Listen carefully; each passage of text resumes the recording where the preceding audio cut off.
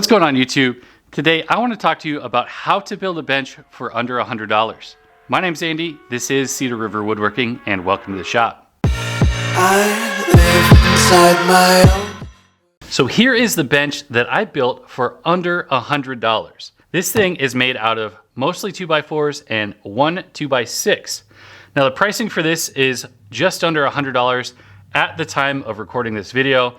So these prices may increase or decrease over time. I did also include the screws that I used to attach the top to the base and all of the legs together. Now I'm not going to include things like glue and shop towels and other things like that because I'm going to assume that you have some of that already in your shop. So these prices may increase or decrease depending on what you have on hand. So if you are looking to improve your shop by building shop furniture like this, or maybe you're looking to pick up some new tools, I will have a video series that is going to cover a lot of those things. So if you aren't already, please consider subscribing to the channel.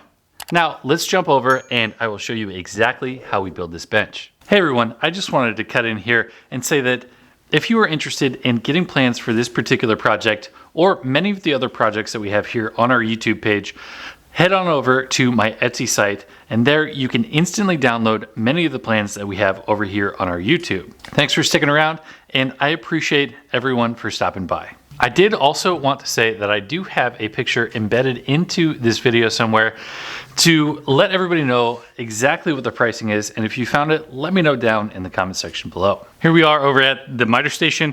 I have 10 2x4s that are 12 foot in length. A 2x4 is 3.5 by 1.5, and these particular boards are 12 feet long. I'm gonna go ahead and cut these in half, so I'm going to measure at 6 feet in length. My particular 12 foot long 2x4s are a little bit longer than 12 feet long. They're like 12 foot and a quarter. So that is going to be able to get me so that I can get 6 foot cuts out of each one of these. Now, if yours is exactly 12 feet, you need to account for the blade width of this, and it's going to make it a little bit shorter. That's perfectly fine.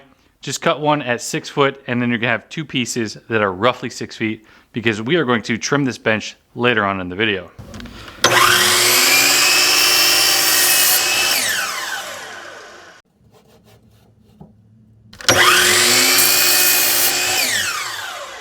This is what I mean by I have a little bit longer than 12 feet in length, so I'm going to get this tiny little scrap piece left over. Welcome to a part of my shop that you've probably never seen before.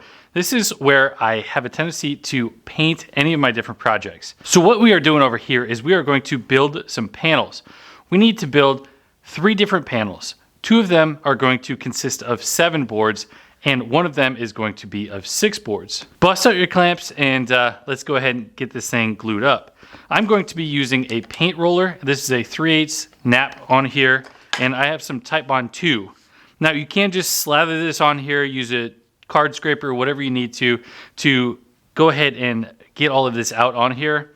This is the most efficient way that I've found to do this. So once we have the glue applied to one of the faces on here, we can go ahead and stand them up on their edges, and we're going to clamp them in this orientation. So it will be about 3.5 inches thick. Make sure that you have all of your ends lined up here, because we do want to keep this as long as possible. Well, now that we have one of these glued up in place here, we need to go ahead and do the other 2. Remember, you need another one at 7 and another one with 6 boards, just like this. Well, now that we have a big old slab right here, you can see that this is actually 13 boards wide, because I have one section that is 7 and one section that is 6 back to back. There's no glue between those 2 so they don't stick. This is a good tip if you are running out of clamps and you have wide enough clamps to make a glue up like this. It is a great way to do this and be conservative about your clamps. Now, if you don't have clamps like this because you're new to woodworking, I will have some linked in the video description. They are fairly affordable, but they are parallel clamps like this, so they will give plenty of clamping force. Now, while we let this glue dry here, we're gonna go ahead and start making the base. So how we are going to make these legs is I have 7 2x4s and one 2x6. Now, a 2x4 is 3.5 inches wide and 1.5 inches thick. If you wanted to make this out of hardwood, you can do the same exact thing if you mill all of your lumber to that thickness. These are 8 feet in length. Now, because this is the leg, this will dictate how tall your bench is going to be. So this one here particularly, most of my benches are 34.5 inches in height. I'm about 5'10", and this is a really good working range for me. Now for a woodworker, most bench heights are recommended that if you stand up straight, you flex your palm backwards and put it directly to your side. Where your palm lands is typically what the recommended hand tool woodworking bench height would be. Now, I typically find that between 32 and 36 inches is a great height for most people. So this one, because I'm aiming for my top to be about 3 inches thick, I want 31.5 inches. I need to cut 8 of these pieces out of this 2x4. So I'm gonna use about 2.5 of these 2x4s. I do have a stop block set up, so we're gonna go ahead and I'm just gonna use my hand to hold pressure on the side that's trapped against the stop block, and this is going to prevent us from having a kickback. Now here is the piece of scrap that is left over on this. If you are choosing a higher height for your bench top, we might need to upgrade these to 104-inch long 2x4s. You can find them at most of your big box stores, or if you're gonna go shorter, you just have a little bit more left over here. So here's going to be what's left over out of our third piece. We can go ahead and use this in a later step in some of the bracing for this base. With those 8 pieces out of the way, we are going to take our 2x6, which is going to be 1.5 inches thick and 5.5 inches wide. We are going to cut up 4 pieces at 21 inches. I do have a stop block set up for this, and this is going to be a center stretcher in there, and it's gonna help us with some of the joinery later. With all of those cut, you will have a small piece of scrap left over, just like this one here. The next piece that we are going to cut is off of that long piece of scrap that we had when we were making the legs. This is a 2x4, and I'm going to cut 4 pieces at 3.5 inches long.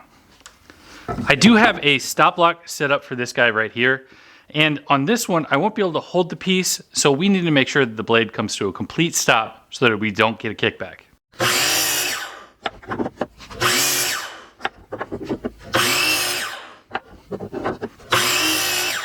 So I do have the blade completely stopped, and I just wanted to give a small example of what I mean by a kickback.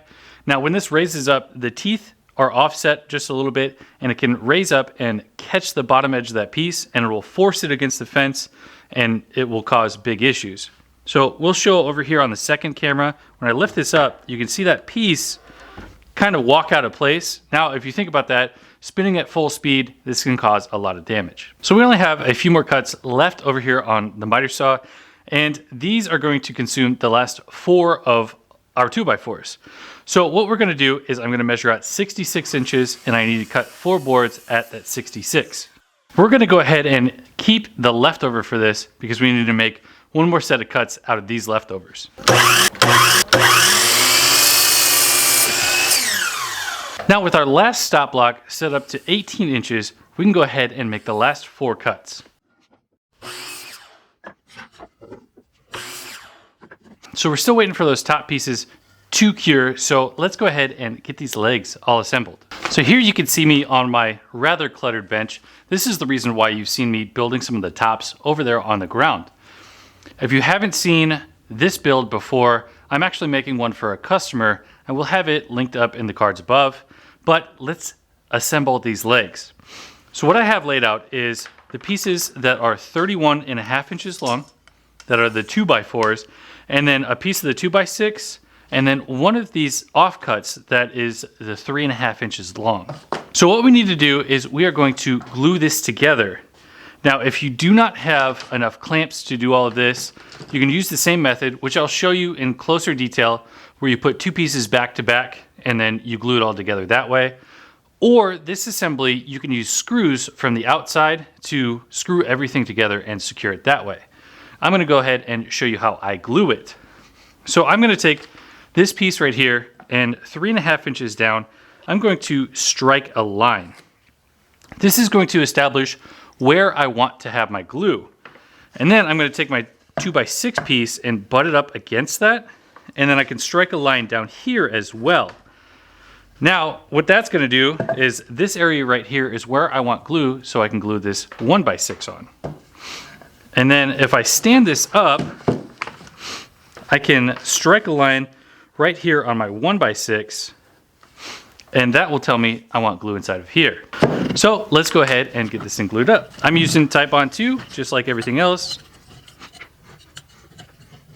Then I'm going to fold everything up here and get it all in place. I'm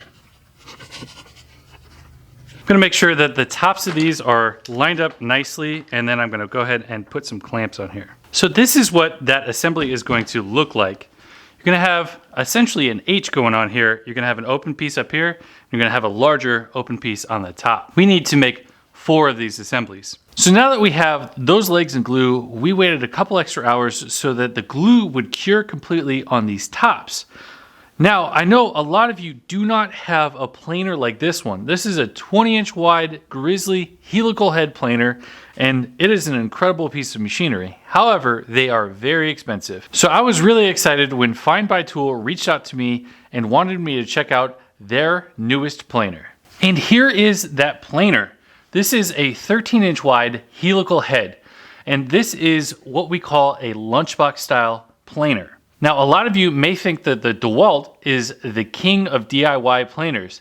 This right here may top it. Now, like I had said, this has a 13-inch wide cutting capacity and a 6-inch material thickness capacity. It has 40 carbide inserts all aligned in a helical pattern all the way around it, so you will get a glass smooth finish on top of here.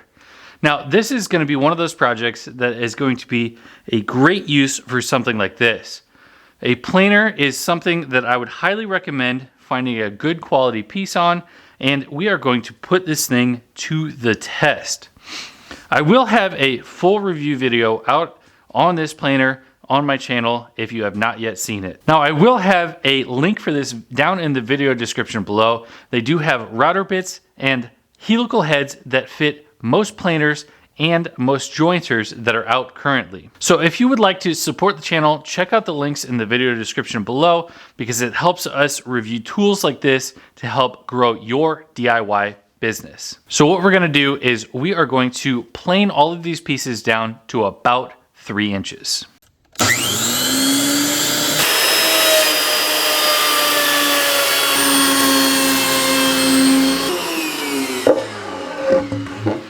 Alrighty, so now we have all 3 of these top pieces nice and flat and smooth, and this is a wonderful texture. It's a nice finish right off of this planer right here. So now we just need to join these 3 pieces together, and we will have our top completely made, well, at least glued up, and then we'll need to assemble our base and put it together. So I'm gonna go ahead and edge glue these 3 pieces together, and then I'll just show you how we can assemble this base. So here we are on the floor again. I know it'd be unfair for me to build this bench on top of my bench, because if you're building a bench, there's a good chance that you don't have one.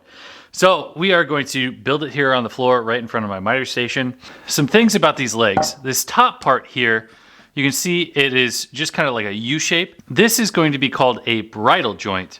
So it's going to have 2 pieces on the outside, and then the stretcher is going to fit down inside of it. Now for the bottom, you can see it is a much larger piece right here. We have a small piece that's going to fit up top here, and then the other stretcher is going to fit inside of it. And this is going to give us a mortise and tenon. Now this is kind of an additive joiner kind of situation. So we aren't cutting any of these mortise and tenons, we are adding material to make it that way. This mortise and tenon will have structure on the top and the bottom of it, making it extremely strong. And this bridle joint will have structure on the sides and on the bottom of it, and that will also make it very strong. Now I do have some 2.5-inch deck screws here, and I'm going to be using that to assemble this together. I will also be putting glue inside of these because I want this to be as strong as possible. So I've got my Type-On 2, and I'm going to just kind of slather it inside of this bridle joint here. And I'm just gonna let gravity let it work its way down. And that is going to give us the ability to just go ahead and slide this inside of here. So this is going to be a fairly tight fit, so you may need a hammer to drive it into place. Now I'm just going to take a square and make sure that it is square to each other here. And I do need to move that end down a little bit. And once that is square, I'm going to take a pilot hole and I'm going to drill it into this face here, and then I'm going to drive a couple screws.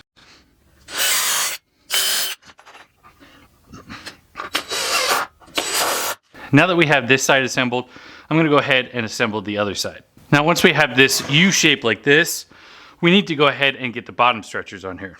So to get this assembled, it is going to be a very similar process. I'm going to add some glue inside of the joints here, and then I'm going to drive my stretcher down into place.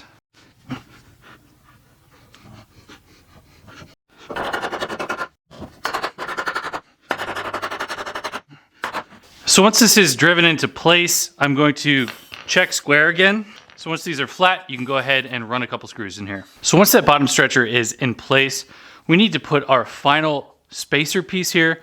This is a 3.5 by 3.5 inch block, and it's just gonna go right here at the bottom. Now, my little spacer piece sticks out here a little bit, and that's gonna be completely okay. I'm gonna go ahead and sand all of that so this is one parallel face right here. And then I'm gonna make sure that I hit the edges, because if you don't have this chamfered or rounded over, as it slides across the concrete, it'll try and pull these fibers apart and it'll cause it to split out. So that is a very critical step that you're gonna wanna make sure you do. Well, once you have one of these legs, you're gonna have to make two of them. So the second one is going to be an identical process just to this one. So I'm gonna go ahead and get a second one of these made and clean them up, and then we will mount this to the bottom of our bench top. So here's our base flipped upside down, and our top is also flipped upside down. So our good face, the one that we want as our bench top, is actually facing towards the floor. I have two of the 18-inch stretchers just clamped in place right here, and now we need to secure these in place. Again, I'm going to be using screws to put these in place here. And always make sure that you are pre-drilling all of these.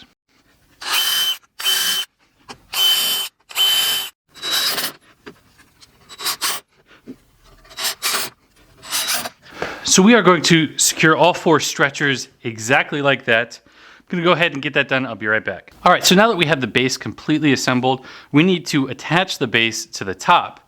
So the first thing that I'm going to do is I'm going to measure all of the corners and make sure that they are equally distant from each edge. Then off camera, I did drill some 3/8 holes down into the stretcher pieces, and I made sure that I didn't go all the way through because I want these 2.5-inch deck screws to have something to grab onto on the base. Now, you can use these 2.5-inch screws, or I have these longer deck screws. And these are about 6 inches in length, and they're just gonna give a little bit extra support. But they will drive the price of this up significantly.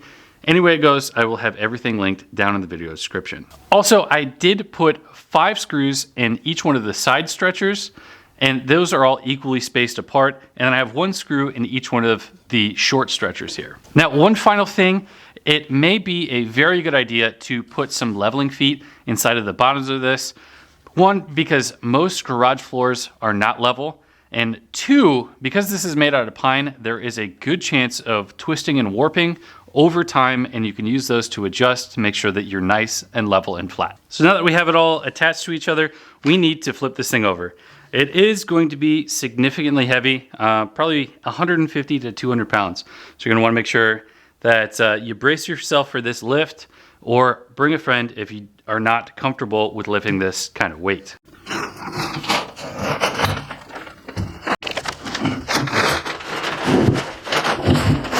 Well, here is that bench all assembled. There are a few minor things that I need to fix here. Now, because this is pine and my glue up wasn't the greatest, I do have a little bit of twist in the top. Now, I will be doing a video on how to fix that, but this video is probably already pretty long in itself. So I will have that in another video. If yours also needs flattening like that, let me know down in the comment section below by saying flat first in your comments. That will let me know that you made it this far in the video. I'll probably add some leveling feet to this as well. My garage floor is not exactly the most flat either. So yeah, this is a great project to have in your shop. I will probably do a video on some drawers to go underneath of this. If this is a project that you're liking, make sure that you are subscribed to the channel. If you know somebody that also might like this project, hit that share button and send it on over to them. But anyways, for now, my name is Andy. This has been Cedar River Woodworking, and I'll see you in the next video.